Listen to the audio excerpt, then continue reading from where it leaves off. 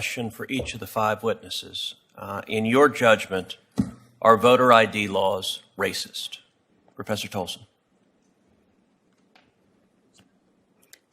Thank you for that question. So it depends. One thing we have to stop doing is treating all voter ID laws as the same. Okay, so your answer, I want to move quickly, so it depends is your answer? Yes, that's my answer. Okay, so what voter ID laws are racist? Apologies, Mr. Cruz, your state of Texas, perhaps? Okay, so you think the entire state of Texas is racist. What about requiring an ID to vote is racist? So I think, sir, that's pretty reductive. I'm not saying the entire state of Texas is racist. You just said my state of Texas, so you tell me, what about the Texas voter ID laws is racist? So the fact that the voter ID law was put into place to diminish the political power of Latinos with racist intent and had been found to have You're racist asserting intent, that. What's your evidence for that? The federal district court that first resolved the constitutionality of Texas's voter ID law. Okay, so your view is voter ID laws are racist. How about you, Mr. Yang? I agree with Professor Tolson. Voter ID laws can be racist. Okay, that's two. Context. Mr. Science? There are some voter ID laws that are racially discriminatory in intent. How about in practice? In intent, fine, you say there's some racist with a malevolent intent lurking in the back of their mind. But let's just talk about it as a practical matter. When I go to vote, they ask me for my ID. I pull out my ID, I show it to them, I vote. Is that racist? If the law that requires you to do that was motivated by racially discriminatory intent what about the under effect? our Set Constitution. aside intent. Set aside intent. I'm asking about the effect. Yes, in effect, I think that Ms. there are Reardon. discriminatory effects from a number of voter ID laws. Okay, thank you, Ms. Reardon. I'm going to give the witness a chance to answer the question. Go ahead, Mr. Sine. Yes, in effects, I think many voter ID laws are discriminatory. And in design, they are designed to have that effect. Okay, Ms. Reardon. No, sir. Mr. Van Spakovsky.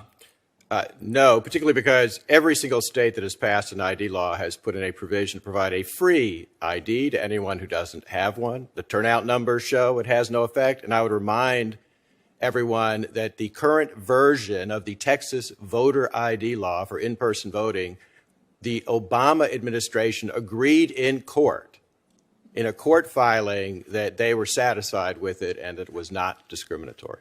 You know, I have to say this range of question actually shows the wildly partisan nature of the Democrats' proposal.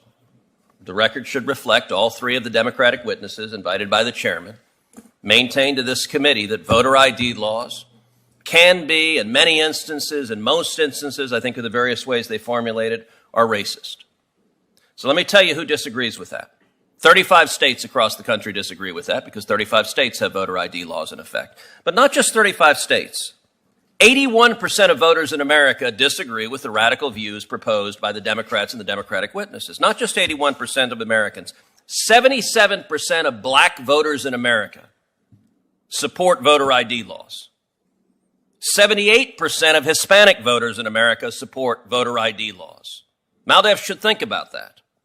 81% of low-income Americans support voter ID laws. And yet, what this bill is about is putting radicals in charge of saying, if you require an ID to vote, that is racist and must be struck down. This is all about partisan power. Now, DOJ has also said, under the Biden administration, that it is not going to presume that a state acts lawfully if it simply returns to pre-COVID voting laws. Ms. Reardon, Mr. Van Spakovsky, what does that tell you if they say after a pandemic, if you go back to the laws that existed before, DOJ is not going to assume that that's okay? What does that tell you about the partisan nature of DOJ?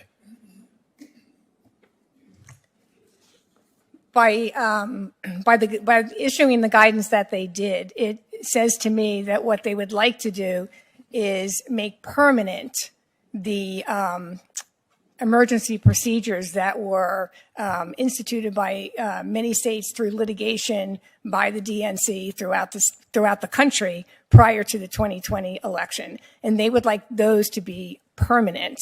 And so rather than understand that they are temporary, they are going to go after states that design to go back to their original election procedures.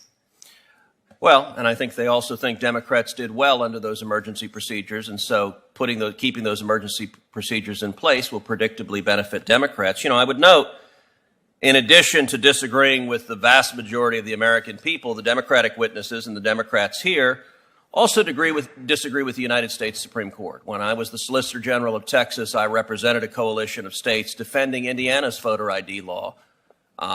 Before the U.S. Supreme Court, a group of plaintiffs challenged that. It went to the Supreme Court, and the Supreme Court, by a vote of 6-3, upheld Indiana's voter ID law. Not only did they do so, Justice John Paul Stevens, one of the lions of the left, wrote the majority opinion where he said voter ID laws protect the integrity of elections.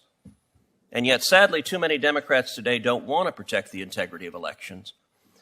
And I've got to say there is a view, particularly from Northeastern Democrats, that they look down on the rest of the country as a bunch of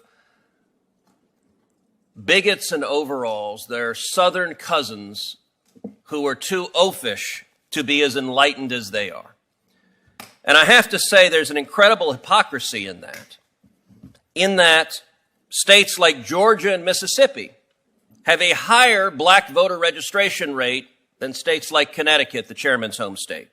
They have higher black voter turnout rates than states like Connecticut. They have higher black voter turnout rates than states like Connecticut. They have a lower gap between black and white turnout than in states like Senator Blumenthal's Connecticut. And in fact, states like Georgia and Mississippi, African Americans vote at a higher rate than white voters, and in Texas, they're basically equal. One of the sad realities of today's Democratic Party is they define race as follows. If you're a Democrat, you qualify. So under the Democratic view, I'm not Hispanic. Senator Padilla is.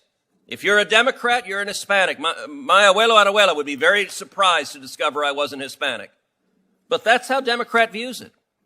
That's how the radicals in the civil rights division view it. And I will point out as an example, this committee, one federal district judge in the state of Texas, Jason Pulliam, is an African-American judge nominated by President Trump, sat at this table, presented superbly. The Democrats had no criticism, and every single Democrat on this committee voted against him. Why? Because they perceived him as a black Republican. He didn't qualify as a black man. And I actually asked, as the Democrats were voting against Judge Pulliam, do you have one basis to vote against him? Anything you disagree with? None of them had any single answer at all. This hearing's about one thing. It's about power, and it's about ensuring Democrats stay in power. That's cynical, and it's at the expense of democracy and the right of voters to express their will through free and fair elections.